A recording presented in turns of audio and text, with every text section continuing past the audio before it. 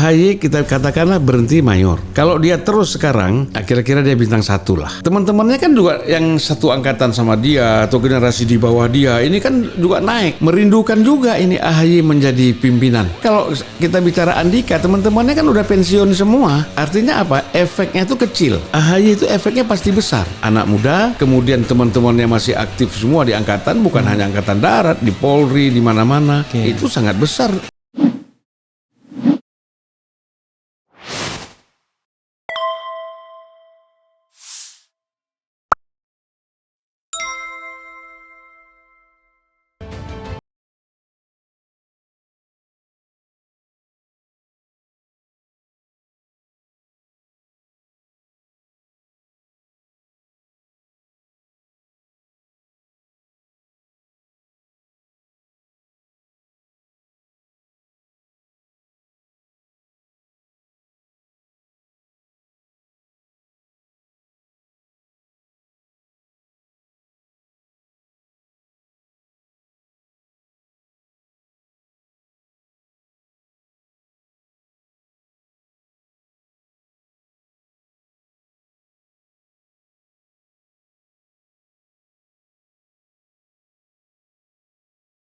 Mohon maaf ya, kalau kita baca gugatannya Prabowo kemarin kan dia sangat mempersoalkan kan keterlibatan TNI, keterlibatan BIN, keterlibatan Polri dalam proses pemenangan tanda kutip. Saya kan cuma mengutip permohonannya aja. Dan walaupun kemudian tidak terbukti karena memang nggak gampang membuktikannya, cari saksi aja nggak ada yang berani kan ibaratnya. Itu kalau kan sekarang kan dipersepsi bahwa itu not belong to Anies ya kan, belongs to kekuasaan sekarang dan putra mahkotanya mungkin kan, itu persepsi orang kan. Gimana Nasdem menghadapi soal seperti itu? Akhirnya kan nggak ada gunanya juga kalau misalnya begitu sudah head to head, kan akhirnya pasti head to head nanti kalau seandainya saya berpikir nggak mungkin lah kayak SBY menang 1 putaran di 2009 kan. Kalau ada 3 calon ya barangkali nanti ada putaran kedua. Begitu head to head kan gimana? Ya kayak saya kira di sini ada kalau AHY nanti menjadi wakil Anies, paling tidak SBY ini sudah tahu punya pengalaman bagaimana menghadang kecurangan-kecurangan itu. Pasti dia sudah tahu lah. Ya. Dan ini biasanya kan gini, karena incumbent itu tidak ikut, pasti kita bicara kecurangan itu kecil. Kenapa? Bukan ada kendali dari incumbent terhadap apakah Polri, TNI itu melakukan langkah-langkah yang merugikan calon yang lain. Tetapi kan bisa secara otomatis kita harus menangkan ini nih. Kan gitu. Gak usah diperintah pun dia feeling dia mengatakan kita arahnya ke sini. ASN kan selalu begitu kan. Pokoknya yang memenangkan siapa yang berkuasa kira-kira begitu. Nah, jadi gitu. Nah, sekarang kan boleh kita bilang ini netral nih. Incumbent tidak ikut pemilu. Tidak ikut pilpres. Tidak ikut pilpres, tapi netral belum tentu. Belum tentu. Tadi bahaya sekali kalau misalnya punya putra mahkota. Nah, disinilah SBY pada 2014. Dia tidak punya putra mahkota. Prabowo maju silakan sendiri, Pak Jokowi silakan maju sendiri, dia tidak ikut-ikut. Nah, sekarang sehingga dia lepas saja. Nah, kita harapkan Pak Jokowi juga seperti itulah. Paling tidak berusaha menciptakan pemilu yang jujur dan adil. Itu legasinya dia lah. Nah, jangan sampai ada kesan ini Pak Jokowi keberpihakan ke sana. Jadi adil aja. Tapi ada tapinya. Kalau kita bicara tentang legasinya Pak Jokowi dikasihkan ke Ganjar. Relawan ya kan. Itu kemudian program pembangunan ya kan kayaknya dititipkan ke Ganjar semua sebagai putra mahkota. Tapi kan legasi juga kan dilihat dari segi kejujuran gitu. Nggak bisa. Artinya kalaupun misalnya harus menang ya menanglah dengan jujur dan adil, jurdil kan begitu. Coba kita bacakan 1-2 pertanyaan ya sebelum Abang ingin menyampaikan hal yang lain nanti. Saya dukung Ngabalin gantikan pelatih biar tambah kacau ini. Ini kadang-kadang banyak offside begini gitu ya. 894 petugas KPPS meninggal di pemilu 2009. 894 bayangkan. Kemudian Oh ya, ada satu soal, kan banyak kalangan misalnya jenderal ya, yang merasa berkeberatan tuh. Kalau AHY yang jadi wakil presidennya, masa kami diperintah oleh mayor nantinya? Karena biasanya salah satu tim inti itu kan purnawirawan TNI Polri kan, yang katakanlah ya pangkatnya jenderal-jenderal. Tim inti siapa nih?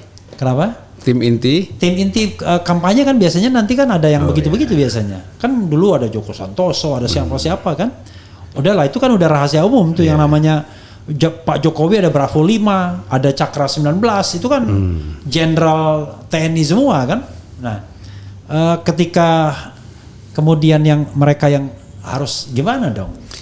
Jadi begini, pendekatan itu kita bisa apa kan? Ditiadakan juga nggak bisa. Tetapi kan bisa diminimalisir. Okay. Misalnya begini, AHY kita katakanlah berhenti mayor. Iya. Kalau dia terus sekarang, dengan umur berapa dia sekarang ini? Umur 44. Nah, kira-kira dia bintang 1 lah. Iya. Ya, bisa bintang 1 dia. Nah, teman-temannya kan juga yang satu angkatan sama dia atau generasi di bawah dia, ini kan juga naik. Iya. Merindukan juga ini AHY menjadi pimpinan. I see. Ya. Iya. Sementara kalau kita bicara Andika, teman-temannya kan udah pensiun semua. Iya. Ya. Iya. Artinya apa? Efeknya itu kecil. I see. Nah, kalau AHY itu efeknya pasti besar. Oke. Ya. Anak muda, kemudian teman-temannya masih aktif semua di angkatan, bukan hanya angkatan darat, di Polri, di mana-mana. Itu sangat besar artinya untuk memenangkan pemilu ini, pilpres ini gitu loh. Nah, saya kan nggak boleh berpihak mereka. Paling tidak netral gitu. Menjaga ya, kita jangan kan sampai begini, kita dari dulu bilang nggak berpihak, tapi kan di belakang berpihak semua. Itulah susahnya kita ini ya. Jadi kita ini selalu ngomong di depan. Ya kan? Manifestnya tidak berpihak, tapi latennya berpihak kan gitu. BUMN juga begitu. Begitu kan BUMN itu dulu hadir untuk negeri kan. Begitu menjelang pemilu bukan lagi hadir untuk negeri, satukan negeri. Karena Pak Jokowi satu kan waktu itu. Satukan negeri. Ya itulah.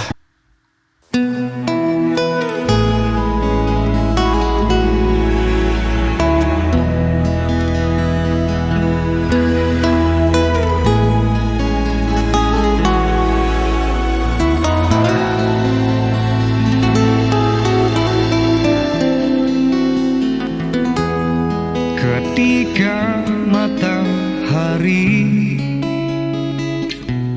hanya di atas kepala, panas melelehkan.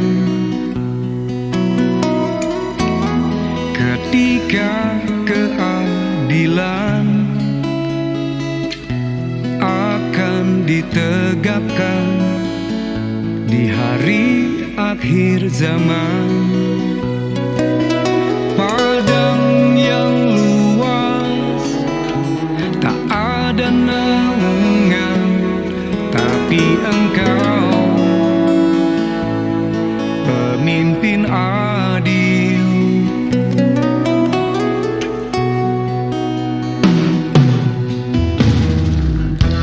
Setiap manusia adalah khalifah di muka bumi ini.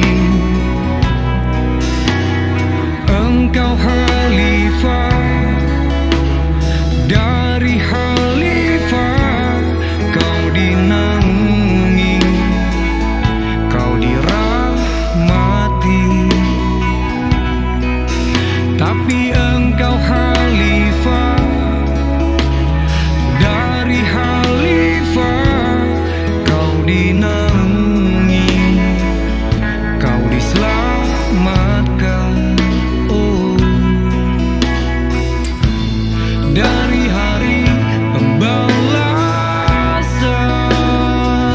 engkau bisa bawa mata air kebaikan bagi manusia.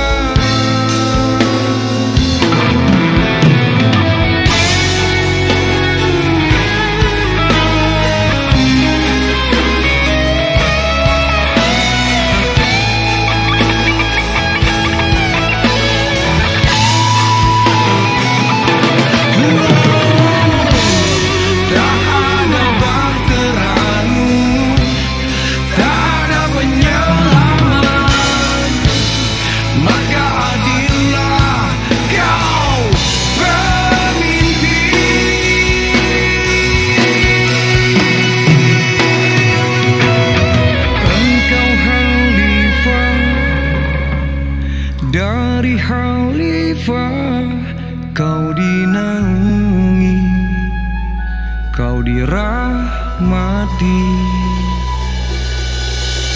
Tapi engkau khalifah, dari khalifah kau dinaungi, kau diselamatkan.